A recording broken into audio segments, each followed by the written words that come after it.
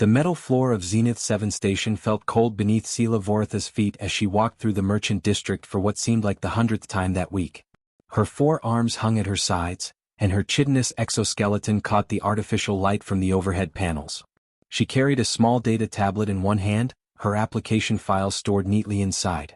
The other 3 hands remained empty, a reminder of how little she had left to offer.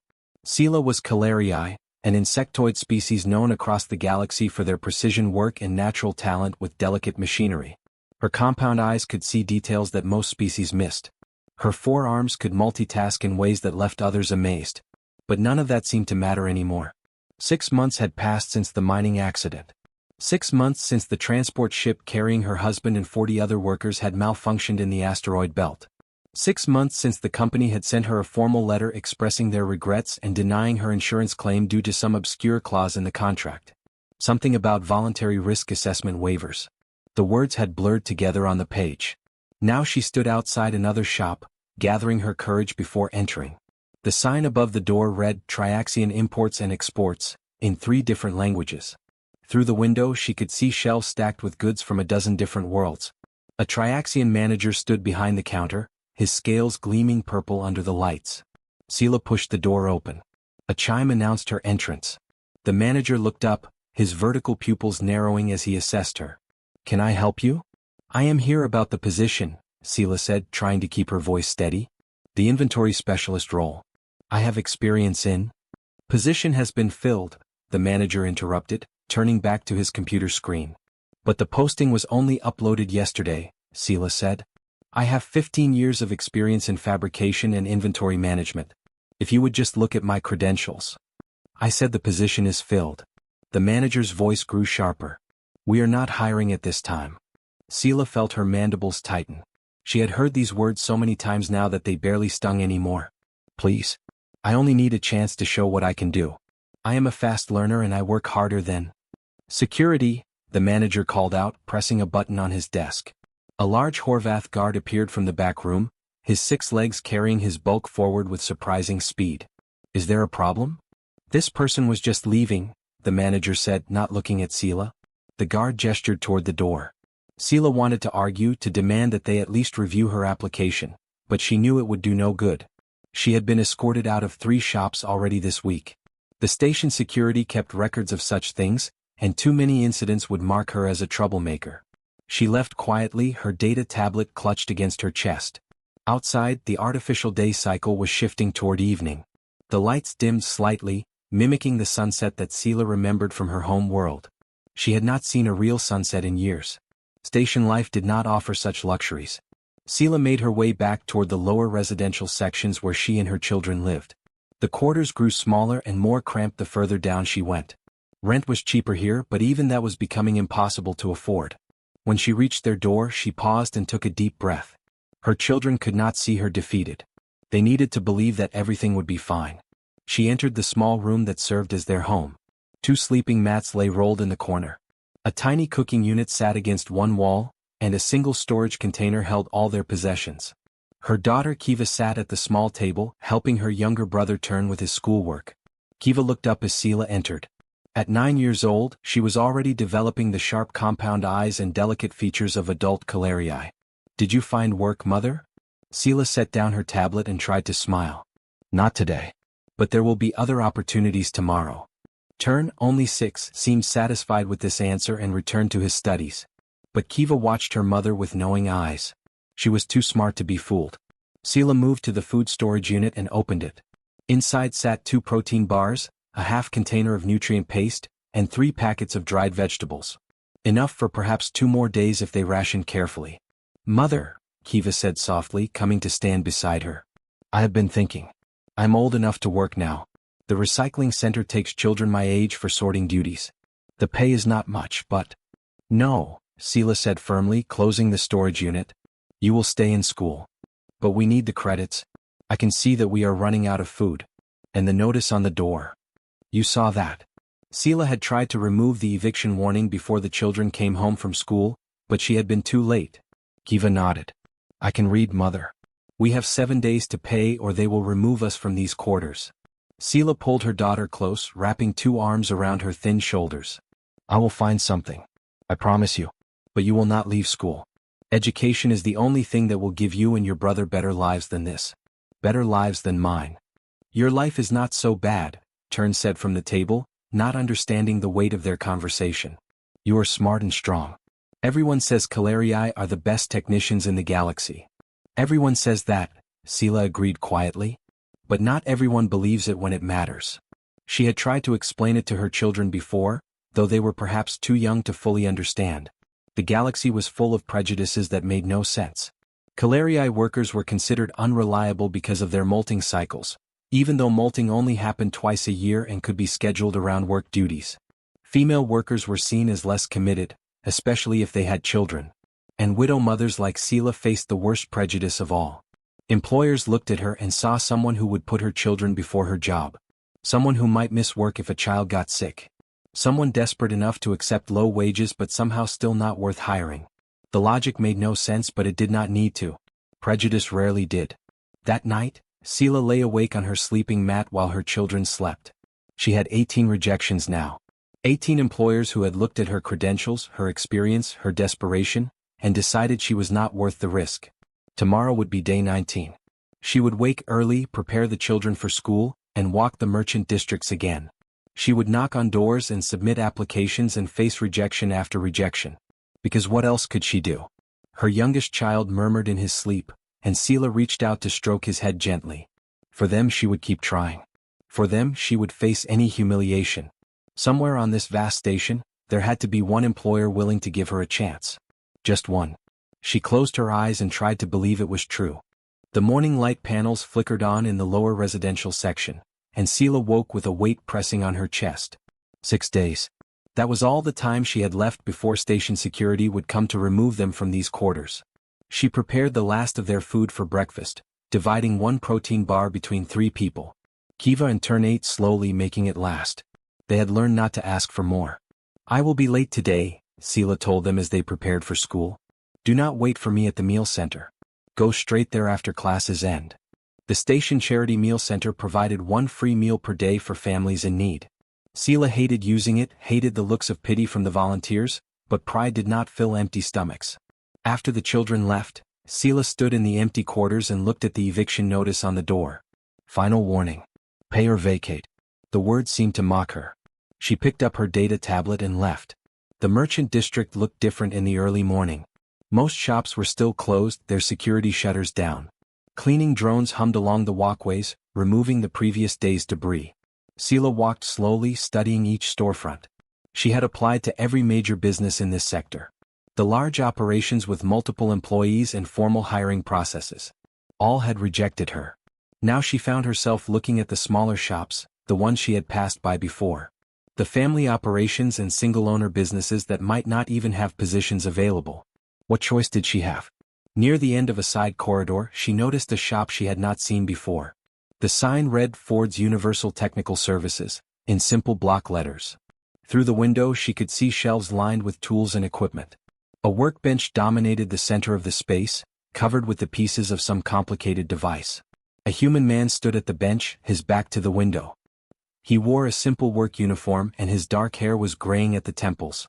He seemed completely focused on whatever he was repairing. Sela almost walked past. The shop looked too small to need additional workers. But something made her stop. Perhaps it was desperation. Perhaps it was the fact that she had nothing left to lose. She pushed open the door. A soft chime announced her entrance, but the human did not look up immediately. He was examining what appeared to be a Drolith navigation system, one of the most complex pieces of technology in common use. His hands moved carefully, disconnecting power relays with practiced precision. I will be with you in a moment, he said without turning. Just need to finish isolating the circuit before it discharges. Sela waited, watching him work. He was good, she could see that. His movements were efficient and knowledgeable. But as he reached for a bypass connector, she noticed his approach would work but was not optimal.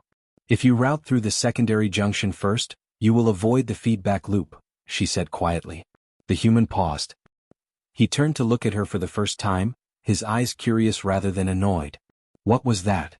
Sela gestured with one of her 4 hands toward the navigation system. The discharge problem. If you isolate the secondary junction before the primary, the feedback loop cannot form. It saves time and reduces risk of component damage. The human studied her for a moment, then looked back at his work. He followed her suggestion, rerouting his bypass through the secondary junction. The system powered down smoothly with no sparking or resistance. "Ha," he said, straightening up. "That was smoother than usual. You know Drolith systems?" "I know most systems," Sela said. "I worked in fabrication and technical maintenance for 15 years before." She trailed off, unsure how much to share. "Before?" the human prompted. "Before my husband died. Before I became unemployable." The words came out harder than she had intended. The human did not flinch or look away. He simply nodded and set down his tools. "I am Alan Ford," he said. "I own this shop. What is your name?" "Sela Voreth. And you are looking for work, I assume?" Sela felt her hope rise and tried to crush it down. Hope had hurt too many times already. "Yes.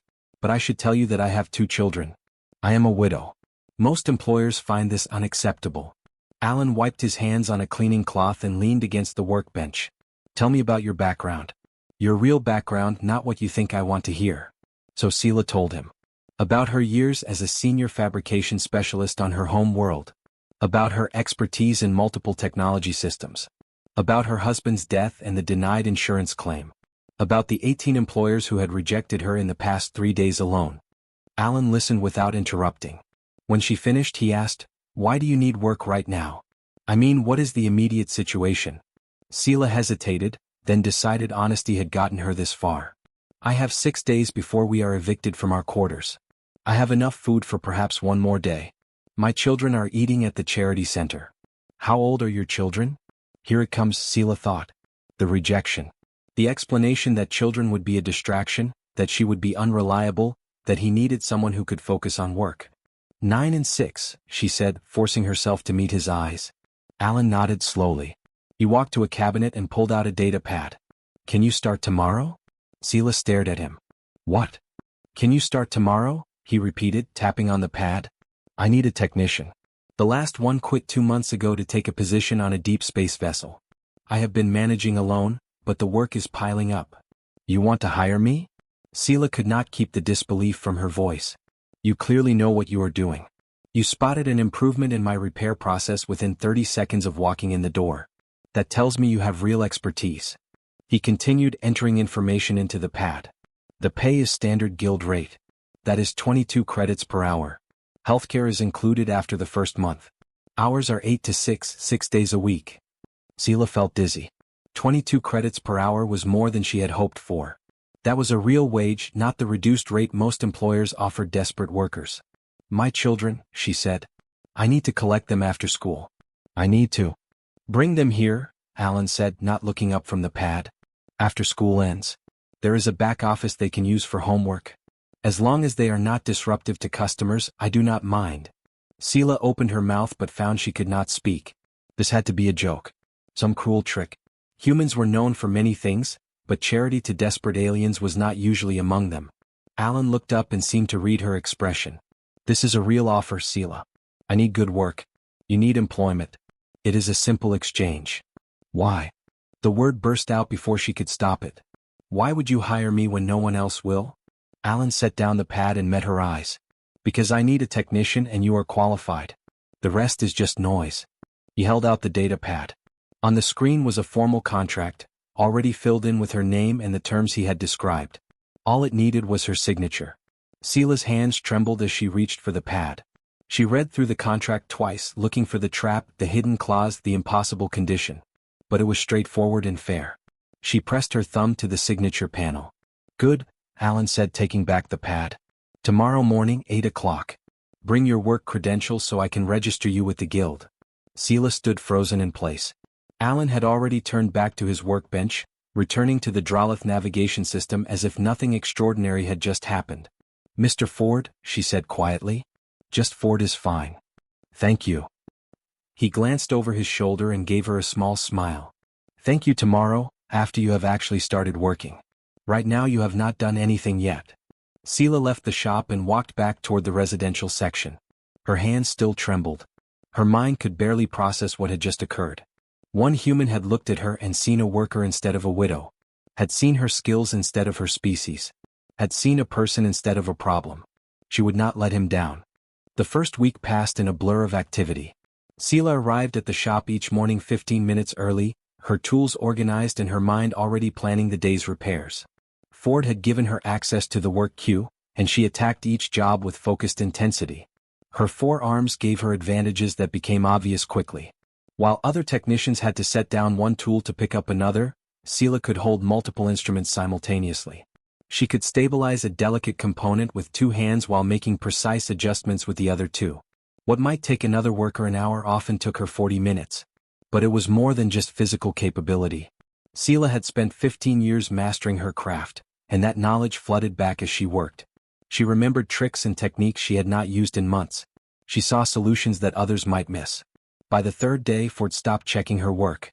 He simply reviewed her completed repairs, nodded in approval and moved on to his own projects. On the fifth day he pulled up the business metrics on his computer and showed them to Sela. "You are completing jobs 30% faster than my last technician. And I have had 0 customer complaints.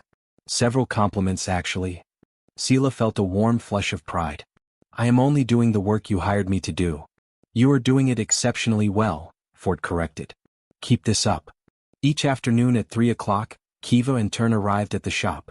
They entered quietly through the back door and went straight to the small office Ford had cleared for them. Sela had worried they might be disruptive, but her children understood how important this job was. They sat at the desk, completed their homework and spoke in whispers. Sometimes Ford brought them snacks. Small things, nothing elaborate. A packet of dried fruit. Some crackers. He never made a show of it, just set the food on the desk and returned to work. Sela noticed and said nothing, but she felt gratitude so deep it ached. The other merchants in the district noticed too. She could feel their eyes on her when she walked to the shop each morning. The Calerii widow working for the human. Some looked curious. Others looked skeptical. A few looked openly hostile. Let them look, Sela thought. She had work. She had income. She had hope. 2 weeks into her employment, a new customer entered the shop. He was Zeth, a species known for their angular features and proud bearing. This one wore expensive clothing and his attitude matched his appearance. He carried himself like someone accustomed to getting exactly what he wanted. Sela was at the main workbench repairing a commercial scanner. Ford was in the back organizing inventory. The Zeth looked around the shop with obvious disdain before his eyes settled on Sela. "Where is the owner?" he demanded. "Ford is in the back," Sela said politely. "I can help you while you wait. What do you need repaired?" The Zeth pulled a small device from his pocket. "This is a personal shuttle computer. Very expensive. Very delicate. I need it repaired properly." "I can examine it," Sela said, setting down her current work and reaching for the device. The Zeth pulled it back. "I said properly. I want the owner to do this, not some." He waved a hand dismissively at her. Sela felt the familiar sting of prejudice but kept her voice level. "I am fully qualified to repair shuttle computers.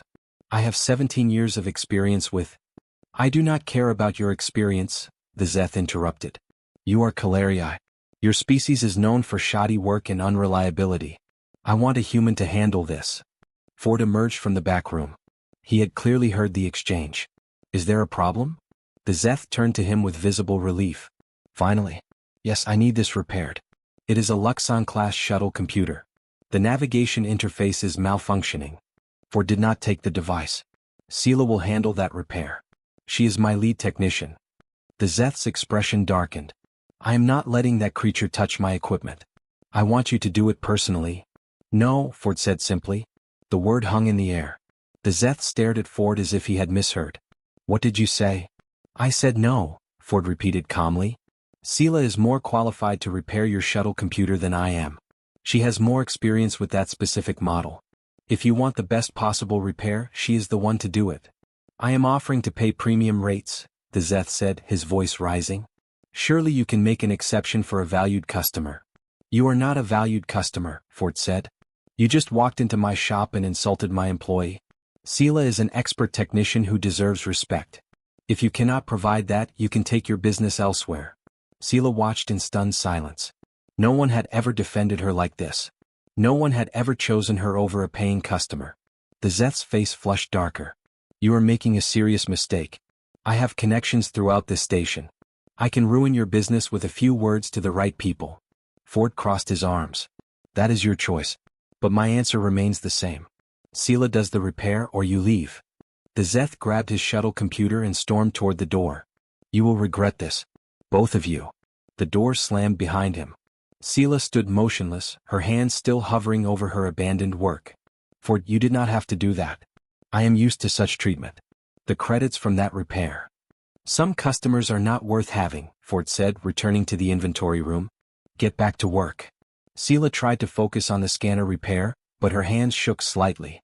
She had lost Ford business. A premium rate customer who could have brought more work in the future. What if the Zeth really did have connections? What if he damaged Ford's reputation? The rest of the day passed tensely. Sela worked twice as hard trying to make up for the lost income. When her children arrived, she barely spoke to them, too worried about the consequences of the morning's confrontation. The next morning, Sela arrived early as usual. She unlocked the shop and began preparing for the day. At exactly 8 o'clock, someone knocked on the door. The Zeth stood outside. Sela's stomach dropped.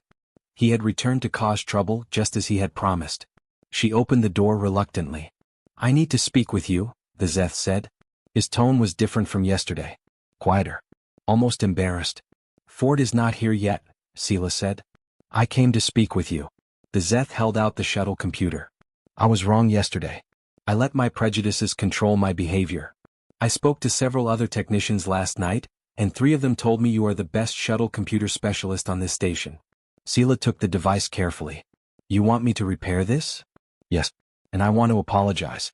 My words were cruel and undeserved. It was possibly the most uncomfortable apology Sela had ever received, but it seemed genuine. The Zeth clearly was not accustomed to admitting fault. I will examine it now, she said. She brought the device to her workbench and opened the casing. The problem became apparent immediately. A corrupted memory core had created cascade failures throughout the navigation system. Sela had seen this exact issue before. She worked steadily, replacing the corrupted core and rebuilding the affected pathways. Her 4 hands moved in coordinated rhythm, each performing its specific task. The Zeth watched silently from across the counter. 2 hours later, she completed the repair. The estimated time for this job was typically 4 hours. She had cut it in half. It is finished, she said, running a final diagnostic. All systems are functioning normally. I also updated your interface software to the latest version. It should prevent this problem from recurring. The Zeth took the device and examined it carefully. He ran his own diagnostic, checking her work. Finally he nodded. Exceptional work. How much do I owe you? Sela calculated the standard rate, but before she could speak, the Zeth placed a credit chip on the counter. She glanced at the amount and her eyes widened. It was twice the standard fee. That is too much, she said. Consider it an apology, the Zeth replied. And I will be requesting you specifically for any future repairs. I prefer quality over comfort. He left without another word. Sela stood holding the credit chip, still processing what had happened. Ford arrived a few minutes later and noticed her expression. Something wrong? The Zeth came back, Sela said. He apologized. He paid double. Ford smiled slightly. Told you. You are the best. Sela returned to her work, but something had shifted inside her. For the first time in months, she felt like more than just a desperate widow. She felt like a technician again. A professional. Someone whose skills had real value. And it had started because one human had refused to compromise on her worth. Word traveled fast in the merchant district.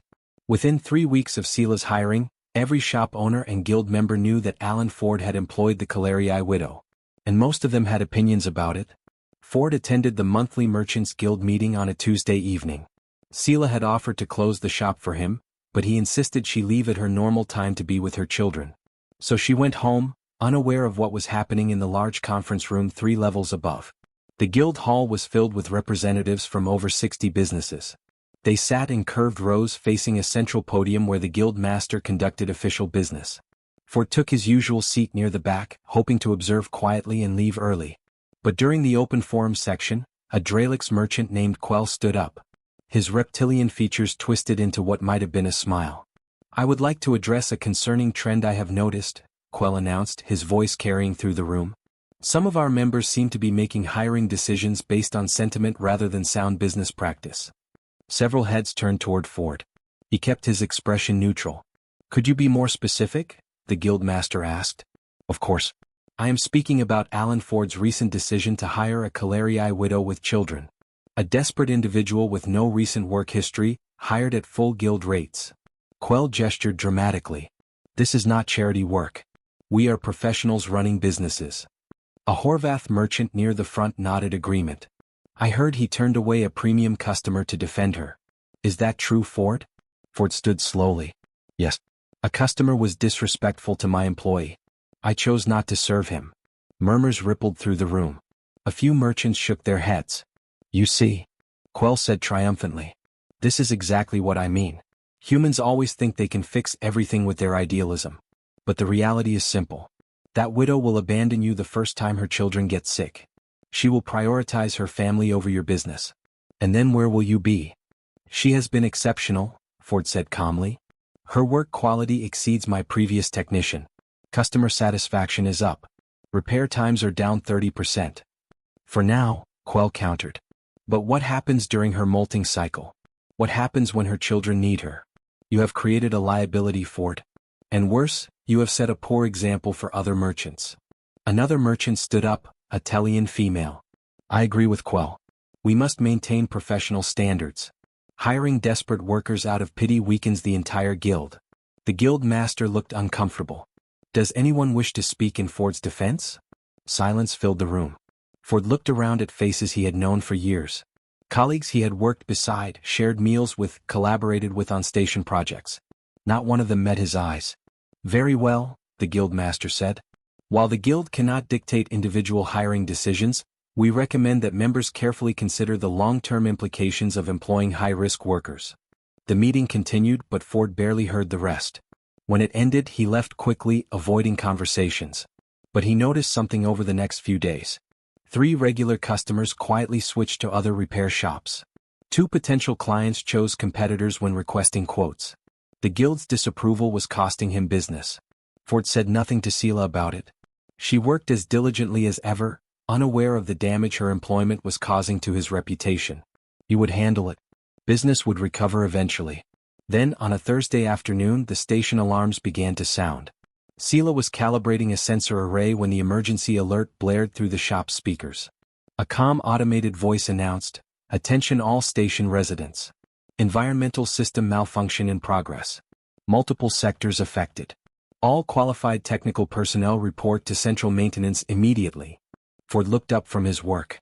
That is the primary atmospheric system. If it fails completely, they will have to evacuate affected sectors. How many sectors? Sela asked. Could be dozens, depending on the malfunction location. The announcement repeated, more urgently this time. Ford grabbed his emergency toolkit from the storage room. I need to report. You stay here with the children. I am qualified, Sela said. I worked on environmental systems for 8 years. You have Kiva and Turn to think about. The school has emergency shelters. They will be safe. Sela was already gathering her own tools. You said they need all qualified personnel. That includes me. Ford studied her for a moment, then nodded. Let us go. They ran through the corridors toward the central maintenance bay. Other technicians converged from different directions, all carrying emergency equipment. Station security directed them to the main control room where the chief engineer was coordinating the response. The situation was worse than Ford had expected. A cascade failure in the primary atmospheric processor had spread to backup systems. 14 sectors were losing pressure regulation. If they could not repair it within 2 hours, thousands of residents would need emergency evacuation. We need teams in the processing chamber, the chief engineer announced. The main junction has failed. We have to bypass it and reroute to the secondary processor. Ford recognized the chief engineer as a Tellian named Vorash. He was assigning technicians to different tasks, sending the most experienced to the most critical locations. Ford, take Corridor Junction 7, Vorash ordered. You will be rerouting the flow controls. Understood. Ford turned to Sela. You should. I want to volunteer for the processing chamber, Sela said, addressing Vorash directly. Vorash looked at her with surprise. You are the Calerii from Ford's shop? Yes. I have 8 years of experience with environmental systems. I can help with the main junction repair. A Dralix technician nearby laughed. The widow wants to play hero. This is not charity work, Calerii. This is dangerous technical work. Sela ignored him. I am qualified. Use me where I am needed most. Vorash hesitated, clearly uncomfortable. But the situation was desperate, and they needed every skilled worker available. Fine. You go with Team 3 into the processing chamber. But stay out of the way if you cannot keep up. The processing chamber was a massive cylindrical room filled with pipes, conduits, and regulation equipment. The heat was intense, and the air smelled of ozone and burned circuitry. Team 3 consisted of 5 technicians including Sela. They worked frantically, trying to isolate the failed junction and establish a bypass route. But 30 minutes into the repair, they hit a critical problem. The bypass conduit they needed to access was blocked by a collapsed support beam. The beam was too heavy to move and cutting through it would take too long. "We cannot reach the connection point," one technician reported to Vorash over the communications link. "The beam is blocking access. We need heavy equipment."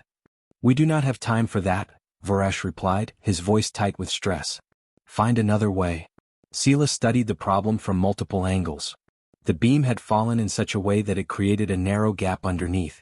Too narrow for most species to reach through, and the angle was wrong for standard tools. But she had 4 arms. And Calarii were naturally flexible. "I can reach it," she said. The team leader looked doubtful. "The gap is too small. And you would have to work blind by feel alone. One mistake and you could short out the entire system." "I can do it," Sela insisted. She had worked in tight spaces before. Her multiple arms and sensitive touch made her ideal for delicate work in difficult positions. The team leader looked at the chronometer. They had 40 minutes left. "Do it." Sela removed her tool belt and lay flat on the hot metal floor. She extended 2 arms through the gap under the beam, her compound eyes useless in the darkness. She would have to work by touch alone. Her fingers found the conduit junction.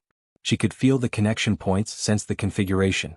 With her other 2 arms, she carefully fed tools through the gap to her working hands. The heat was overwhelming. Sweat ran down her exoskeleton. The metal floor burned against her chest. But she forced herself to focus, to work steadily and precisely. Disconnect the damaged coupling. Clear the debris. Align the bypass connector. Secure the seal. Her hands moved through the sequence automatically, muscle memory taking over. She had done this exact repair 100 times in her old job, though never in such difficult conditions. "Coupling secured," she called out. "Testing seal integrity now." She activated the bypass and felt the vibration as atmosphere began flowing through the new route. The pressure gauges on the visible section of the conduit showed green. "It is working," the team leader shouted. "Vorash, we have established bypass. Rerouting flow now." Sela pulled herself out from under the beam, her arms shaking from exertion. The team leader helped her stand. Around them, the other technicians were completing their portions of the repair. Within minutes, all 14 sectors showed stable atmospheric readings. The crisis was over. Back in the control room, Vorash addressed all the emergency responders. "Excellent work, everyone. Particularly Team 3. Your field solution saved us from a mass evacuation." He looked directly at Sela. The Calarii technicians' bypass work was exemplary. Without her contribution, we would still be attempting repairs. The room fell silent. Every technician there had heard about Ford's charity case. Many had probably agreed with Quell's assessment at the guild meeting. Now they had watched her save 14 sectors. Vorash continued. "Station administration will be formally commending everyone who participated today. Your expertise and dedication prevented a disaster." Ford found Sela afterward, near the equipment storage area. She looked exhausted, her exoskeleton still radiating heat. "Ready to go home?" he asked. Sela nodded. They walked back through the corridors together, neither speaking. But Ford noticed something different. The other merchants they passed looked at Sela with new expressions. Not pity. Not skepticism. Respect. The next guild meeting would be very different, Ford thought. And he allowed himself a small smile. 3 months had passed since the environmental crisis, and Ford's Universal Technical Services looked different now. The shop had expanded into the adjacent space, doubling its size. New equipment lined the walls, and the work queue displayed 43 pending jobs instead of the usual 15. Sela stood at the main workbench reviewing repair orders with 2 new employees. One was a Calarii widow named Mira, who had 3 children and had been unemployed for over a year. The other was an elderly friend named Tovas, whose advanced age had made him unemployable despite his 40 years of technical experience. "Mira, you take the power regulation systems today," Sela said, marking assignments on the digital board. "Tovas, the communication arrays are yours. I will handle the complex navigation repairs." Both employees nodded and moved to their workstations. Sela watched them with quiet satisfaction. She remembered what it felt like to be desperate and dismissed. Now she had the power to change that for others. Ford emerged from the back office, carrying a container of spare parts. He paused to observe the busy shop, a rare smile crossing his face. "We are going to need another workbench soon. At this rate, we will run out of space again." "Good problems to have," Sela said. The shop's transformation had started the day after the environmental emergency. News of Sela's critical repair work had spread through the station. The formal commendation from station administration had been posted publicly, with her name listed prominently among the responders. Suddenly, the charity case became that exceptional Calerii technician from Ford's shop. Customers who had switched to competitors quietly returned. New clients arrived, specifically requesting Sela's expertise. The Zeth executive who had once insulted her now recommended the shop to his colleagues. Within weeks, Ford's business had doubled. The Merchants Guild meeting the following month had been notably quiet. Quell the Dralix had not mentioned hiring practices. The Tellian merchant who had questioned Ford's judgment had actually approached him afterward to ask about employee retention strategies. No one apologized directly, but the silence itself was an admission. With the increased business, Ford had promoted Sela to assistant manager and raised her pay. She now handled client relations, work assignments, and quality control. Ford focused on the most complex repairs and business development. And when Sela had suggested hiring Mira and Tovas, Ford had not hesitated. "They deserve the same chance you gave me," Sela had said. "Then hire them," Ford had replied simply. Now, 3 months later, all 3 employees were thriving. Mira had moved her family into better quarters and enrolled her children in advanced educational programs. Tovas had rediscovered his passion for technical work, his experienced hands as steady as ever. The afternoon shift began and Sela heard familiar voices at the back entrance. Kiva and Tern entered with their school bags, now completely comfortable in the shop environment. They had their own corner with a proper desk, comfortable chairs, and good lighting. "Hello, Mother," Kiva said, setting down her bag. "We have a group project due tomorrow. Is it acceptable if we work on it here?" "Of course," Sela said. "Keep your voices low." Tern was already pulling out his homework, a tablet displaying mathematics problems. At 6 years old, he had grown more confident, less quiet. Having a stable home and adequate food had changed both children noticeably. Sela returned to her work, but her compound eyes tracked her children periodically. This was what she had fought for. This simple scene of normalcy. Children doing homework safely while their mother worked nearby. It should not have been so difficult to achieve. During a quiet moment in the late afternoon, Sela found Ford in the inventory room, cataloging new parts. She had been wanting to ask him something for weeks but had never found the right moment. "Ford, may I ask you a question?" He looked up from his tablet. "Of course. Why did you hire me?" The question had haunted her since that first day. You could have chosen anyone. You could have waited for a safer candidate. But you hired a desperate widow with children and no recent work history. Why? Ford set down his tablet and leaned against the shelving unit. For a long moment he said nothing, and Sela wondered if she had overstepped. Finally he spoke. "My grandmother was a refugee. She came to Earth during the resource wars, fleeing violence on her home colony. She had 2 young children and no legal work authorization. For 8 months no one would hire her." Sela listened intently. She was educated, skilled, desperate to work. But everyone saw the same thing. A foreign woman with children. A risk. A liability. She applied to over 200 jobs. Ford's voice was quiet but steady. Then one person gave her a chance. A small restaurant owner who needed a cook. He paid her fairly, let her bring the children to work, and treated her with dignity. "What happened?" Sela asked. "She worked there for 3 years while she established legal residency. Eventually she saved enough to start her own business. A small trade company that grew into something substantial. My father inherited it, expanded it further. That business paid for my education, my sister's medical care, everything our family achieved." Ford met Sela's eyes. "My grandmother used to say, desperation does not mean incapable. Sometimes people just need someone to believe in them first." I grew up hearing that story. How one person's willingness to look past fear and prejudice changed our entire family's future. Sela felt her throat tighten. "So you hired me because of your grandmother?" "I hired you because you were qualified and you needed work. But yes, my grandmother's experience taught me something important. When you have the power to help someone, and it costs you nothing but a little courage. You should do it. It has cost you more than that, Sela said. The guild criticism. The lost customers, at least initially. Your reputation. Ford shrugged. Short-term problems. All resolved now. And even if they had not resolved, I would make the same choice. Some things matter more than immediate profit. Sela was silent for a moment. Then she said, I have something to tell you. I signed a lease this morning. Permanent quarters in the mid-level residential section. 3 rooms. Proper kitchen. Good schools nearby. Ford smiled genuinely. That is excellent news. Your children must be excited. They do not know yet.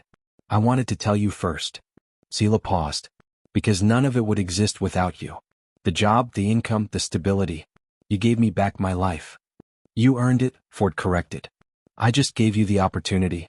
Everything after that was your own work. A customer entered the shop, and Ford moved to greet them. Sela returned to her workbench, but her mind was full. She thought about the other Calerii widows she knew, still struggling to find employment. She thought about the elderly workers dismissed as obsolete. She thought about all the desperate, qualified people whom the galaxy had decided were not worth the risk. One person had believed in her. And now she had the means to believe in others. 2 weeks later, Sela attended a community meeting in the lower residential section. She had been invited to speak about employment opportunities. 30 people filled the small room, most of them from species that faced discrimination. Widows, elderly workers, individuals with children, refugees. Sela stood before them and told her story. The rejections, the desperation, the human who had looked past all of it to see her value. I am hiring, she concluded. Ford's shop needs 2 more technicians as we continue to expand. But more importantly, other businesses are beginning to change their hiring practices. I have spoken with 5 other shop owners who are willing to interview candidates they might have dismissed before. A Horvath widow raised her hand. Why would they change now?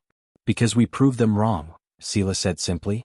Every time someone like us succeeds, it becomes harder to justify the prejudice. Every time we excel at our jobs, we break down another assumption. It is slow, but it is happening. After the meeting, 7 people approached her with applications. Sela accepted all of them, promising to review each one carefully. Walking home that evening, she passed through the merchant district. Other shops were closing for the night, owners securing their businesses. Several nodded to her in greeting. Not the grudging acknowledgement of charity cases, but the professional respect of equals. She thought about Ford's grandmother, about the restaurant owner who had given her a chance, about the ripple effects that had spread across generations. One act of fairness had changed a family's entire future. And now, perhaps, it was happening again. Not just for Sela's family but for others like her. The station was large and prejudice ran deep. There were still countless businesses that would never hire workers like her. Still endless barriers to overcome. But things were different now. Measurably, noticeably different. Sela reached her new quarters and unlocked the door. Inside, Kiva and Tern were arranging their belongings in their own rooms. Actual rooms with doors and windows, not just sleeping mats in a corner. Mother, come see. Tern called. I can see the observation deck from my window. Sela joined her son and looked out at the stars beyond the station's viewport. Somewhere out there were billions of beings facing the same struggles she had faced. Dealing with the same prejudices, the same desperate searches for dignity. She could not help them all. She was just one technician on one station. But she could help some. And if each person who received help went on to help others, the ripples would spread. One human had seen a worker instead of a widow. Had seen skill instead of species. Had seen a person instead of a problem. Sometimes, Sela thought, that is all it takes to change everything. She smiled and wrapped her 4 arms around her children, grateful for second chances and the humans willing to give them.